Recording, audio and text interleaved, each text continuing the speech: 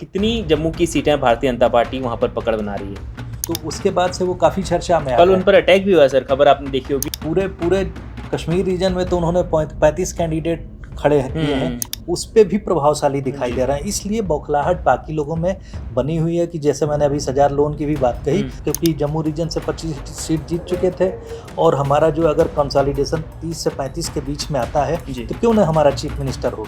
नमस्कार, पोलपंच में आपका फिर से स्वागत है। मैं आपके साथ हूं नरेश कोश्यारी। कश्मीर के बाद अब सबकी निगाहें जम्मू पर बनी हुई हैं। जम्मू में कल 24 विधानसभा सीटों पर वोट डाला जाएगा और टोटल जम्मू कश्मीर में कल 40 विधानसभा सीटों पर आखिरी दौर में वोटिंग होनी है। अब जो ये 40 विधानसभा सीटें हैं, ये विधानसभा सीटें इसलिए महत्वपूर्ण हैं क्योंकि कश्मीर में हमने देखा कि वहां पर पार्टियां बहुत बहुत बिखराव नजर आ रहा है। 4 पार्टियां मुख्य तौर पर हैं, बीजेपी है, नेशनल कॉन्फ्रेंस है, वहां पर पीडीपी है और इंजीनियर राशिद और जमात का जो गठबंधन हुआ है, जो साथ में आए हैं वो लोग, वो चौथी लड़ाई वो कर रहे हैं, बड़ी टक्कर दे रहे हैं। अब इस बीच जम्मू कितना महत्वपूर्ण है, इस पर बात करेंगे और कश्मीर में क्या होने जा रहा है इस पर बात करेंगे। अरुण चौबे सर रोजाना की तरह बातचीत के लिए मेरे साथ हैं। अरुण सर, जम्मू में क्या बदलाव नजर आ रहा है आपको? कितनी जम्मू की सीटें भारतीय जनता पार्टी वहां पर पकड़ बना रही है? देखिए, जम्मू में जैसा कि आपने बताया तकरीबन जो है 24 सीट पे चुनाव होना है। 40 ओवरऑल है, 16 कश्मीर रीजन में है, 24 जम्मू रीजन में है।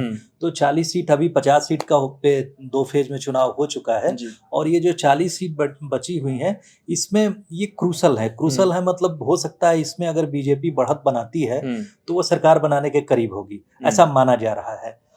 लेकिन एट द सेम टाइम जो जो 16 सीट कश्मीर रीजन में है वो भी बहुत इम्पोर्टेंट है। नॉर्थ कश्मीर के 3 जिले हैं, बारामूला है, कुपवारा है और बांदीपुर।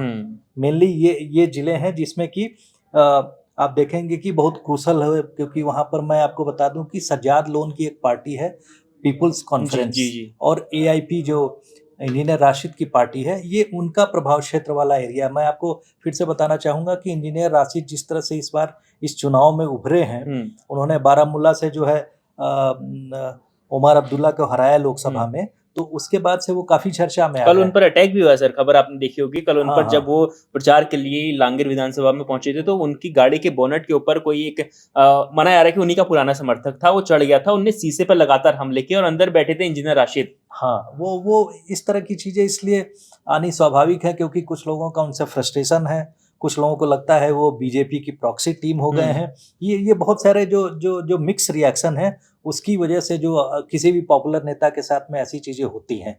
और इस समय जबकि आखिरी फेज का चुनाव हो रहा है तो उसमें ये रिएक्शन होना स्वाभाविक है। मैं इसको इस तरह से लेके चलता हूँ। तो मैं अभी जिस तरह से बात कह रहा था कि पूरे पूरे कश्मीर रीजन में तो उन्होंने 35 कैंडिडेट खड़े किए हैं, लेकिन इस रीजन में मैं आपको खास एक बात बताना चाहूंगा कि जो राशिद साहब हैं, वो जो यहाँ पर जो कुपवारा रीजन है, जो कुपवारा और हंडवारा है, कुपवारा और हंडवारा पे 2 जगहों से पीपुल्स कॉन्फ्रेंस के नेता जो सजाद लोन, जिनको इन्होंने जो है बारामूला में हराया था, वो भी चुनाव लड़ रहे हैं।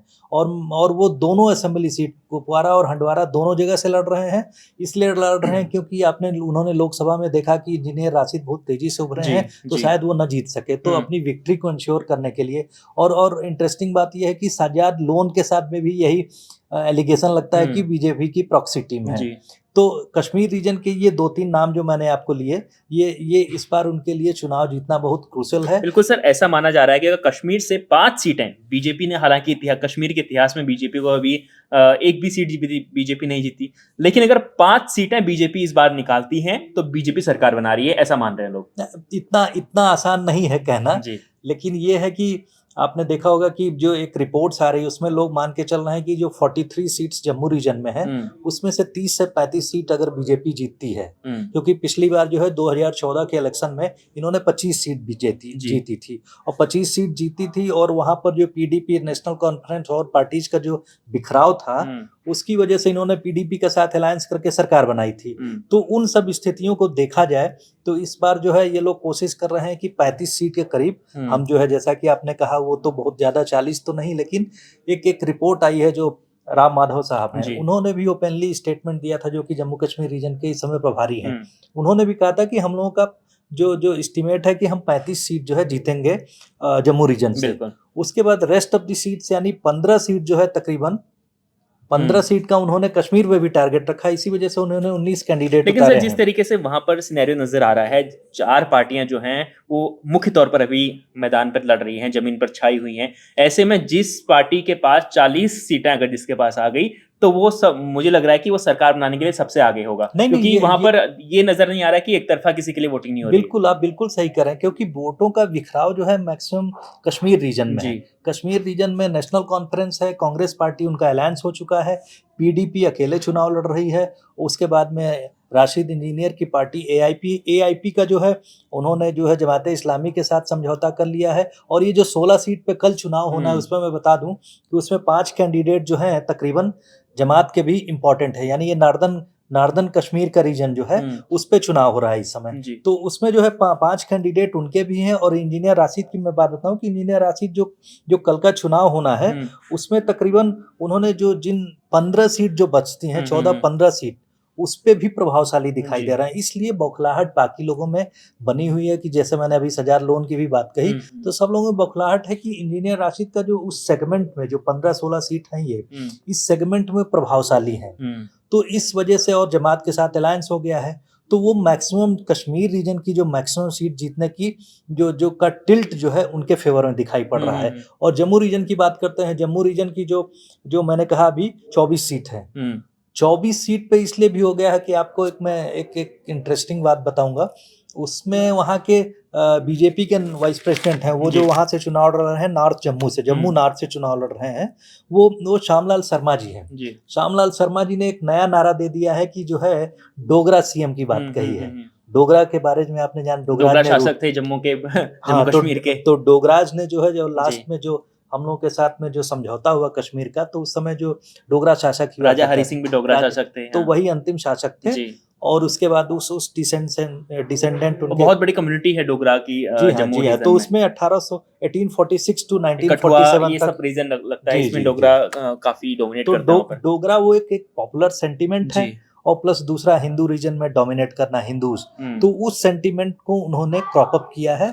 और उनका मानना है कि अगर बीजेपी चाहेगी यहाँ पर, जहाँ की उनका जम्मू रीजन में 32% जो है तकरीबन जो है हिंदू पॉपुलेशन है। ओवरऑल 2011 का जो हम लोग सेंसस देखें तो तकरीबन जो है यहाँ पर आती है जो 28-29%, लेकिन वो 2011 का सेंसस है। तो इस समय लोग कह रहे हैं कि 32% जो है इस रीजन में जो है तकरीबन हिंदूज की पॉपुलेशन है।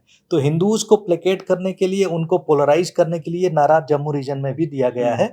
और मैं शर्मा जी के बारे में बता दूं कि वो जो वहाँ से लड़ रहे हैं जम्मू नॉर्थ से, तो उनका मानना है कि जो अगर हम लोग कंसोलिडेट करते हैं तो हम लोग पूरे तरीके से जो है, क्योंकि जम्मू रीजन से 25 सीट जीत चुके थे, और हमारा जो अगर कंसोलिडेशन 30 से 35 के बीच में आता है तो क्यों ना हमारा चीफ मिनिस्टर हो, जिसकी पुरजोर मांग चल रही है। लेकिन उसके ऊपर वही बात आएगी कि साहब, जैसा हम लोग डिस्कस कर रहे थे कि कश्मीर रीजन में बीजेपी 5 से 10 सीट जीतती है कि नहीं। अगर उन्होंने 19 कैंडिडेट उतारे हैं, वहां से 5 से 10 कैंडिडेट अगर जीतते हैं तो जाहिर सी बात उसके बाद इंडिपेंडेंस का एक क्रूशल रोल होगा। बिल्कुल, इंडिपेंडेंस का क्रूशल रोल यहाँ पर होगा, और इंजीनियर राशिद की भी पार्टी का रोल होगा। लेकिन सर सबसे बड़ी बात यह है कि बीजेपी ने अभी तक जो जम्मू रीजन में अपना प्रदर्शन किया है इससे पहले के चुनाव में, लेकिन इस बार समस्याएं बहुत ज्यादा हैं बीजेपी के सामने। खासतौर पर मैं अभी बात कर रहा था कि जम्मू रीजन में समस्याएं ये हैं कि जम्मू रीजन में कई ऐसे मुद्दे हैं। खासतौर पर जम्मू शहर की अगर बात करें तो वहां पर जम्मू शहर में कई ऐसे मुद्दे आ गए हैं, जैसे जम्मू शहर में 370 हटने के बाद जो राजधानी शिफ्ट होती थी शीतकालीन में, वो अब नहीं आ रही है, क्योंकि अब श्रीनगर में राजधानी है। तो उसकी वजह से लोग, जो कर्मचारी हैं, वहाँ आया करते थे, 6 महीने के लिए रहते थे, वहाँ अर्थव्यवस्था बनी रहती थी, वो खत्म हो गई। लोगों का रोजगार, वो वाला रोजगार खत्म हो गया। और कटरा जो ट्रेन जाती है जम्मू, पहले जम्मू पे रुकती थी, अब वो सीधे कटरा के लिए निकल जाती है, वो मसला भी है। बेरोजगारी का मसला है, अग्निवीर का मसला है। खासतौर पर पीडीपी के जो नेता हैं अग्निवीर का मसला उठा रहे हैं वहाँ पर। ये समस्याएं जो है बीजेपी के लिए बनी हुई है। देखिए, ये सब लोकल इश्यूज पे, जो लोकल, जैसे आपने राजधानी ट्रांसफर की बात कही, ये कश्मीर रीजन में भी एक इशू है जी। तो ये सब लोकल इश्यूज हैं, ये लोकल इश्यूज। और इसमें कश्मीर का इलेक्शन जो है वो जो 370 के बाद एक जो अंडर करंट वहाँ चल रही है कि हमें जो छुटकारा किससे पाना है। वहाँ पर एक अंडर करंट ये भी है कि जो बीजेपी लेड जो वहाँ पर जो गवर्नर के जरिए, जो एलजी के जरिए शासन सेंट्रल का हो रहा है, इससे हमें निजात पानी है। क्यों निजात पानी है? क्योंकि ये समस्या है उसके बाद तुरंत खत्म नहीं हो जानी, ऐसा भी नहीं है। लेकिन एक पॉपुलर सेंटिमेंट्स वहाँ पैदा किया गया है कि वहाँ से आप छुटकारा पा लेंगे।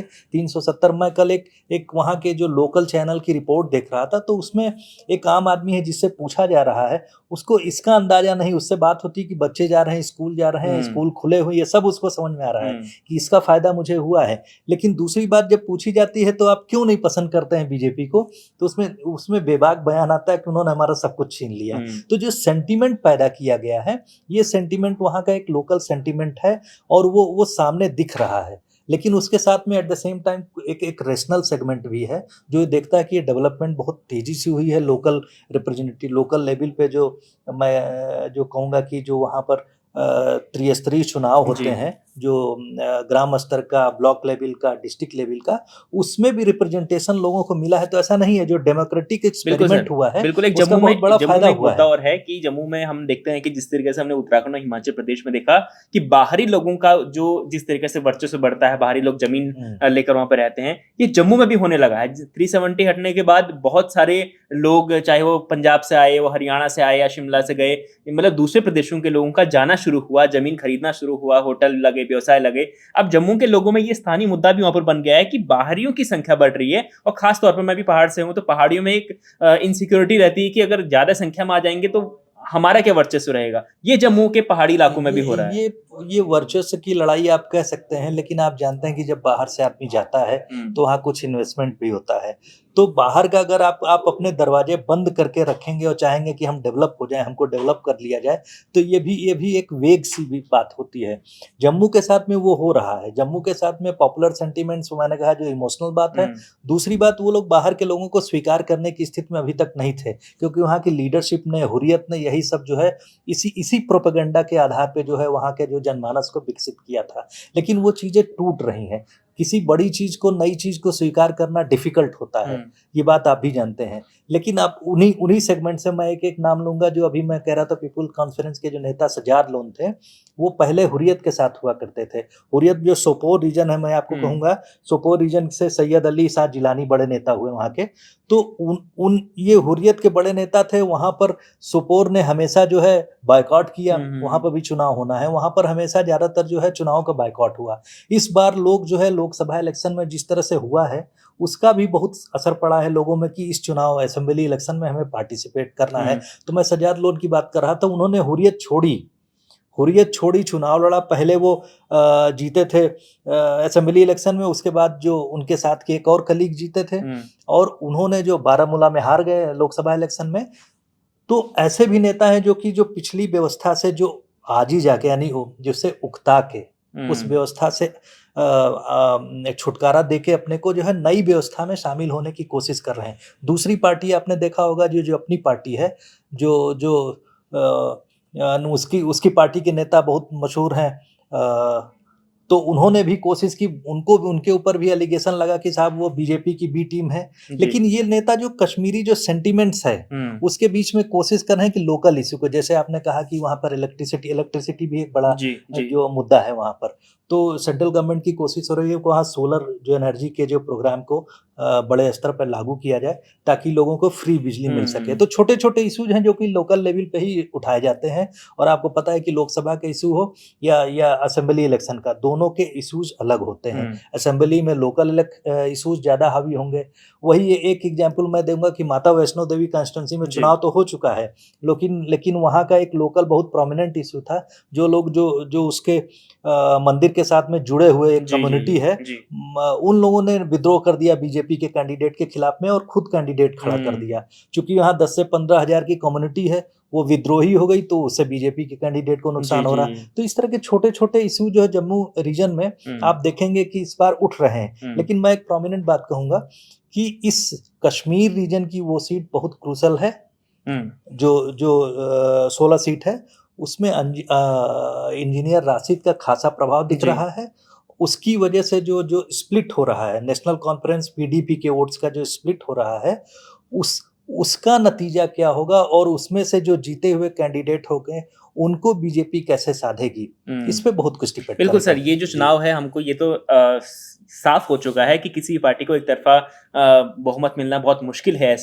ऐसे में या तो पीडीपी किंग मेकर की भूमिका निभा सकती है या तो फिर इंजीनियर राशिद की पार्टी। इंजीनियर राशिद इन दोनों में से जिसके पास अच्छी सीटें होंगी तो वो किंग लेकिन मेकर की लेकिन भूमिका आप निभा इससे सकती भी है। नहीं, क्योंकि मैं आपको कहूंगा कि 40% के करीब इंडिपेंडेंट खड़े हैं वहां जी। पर।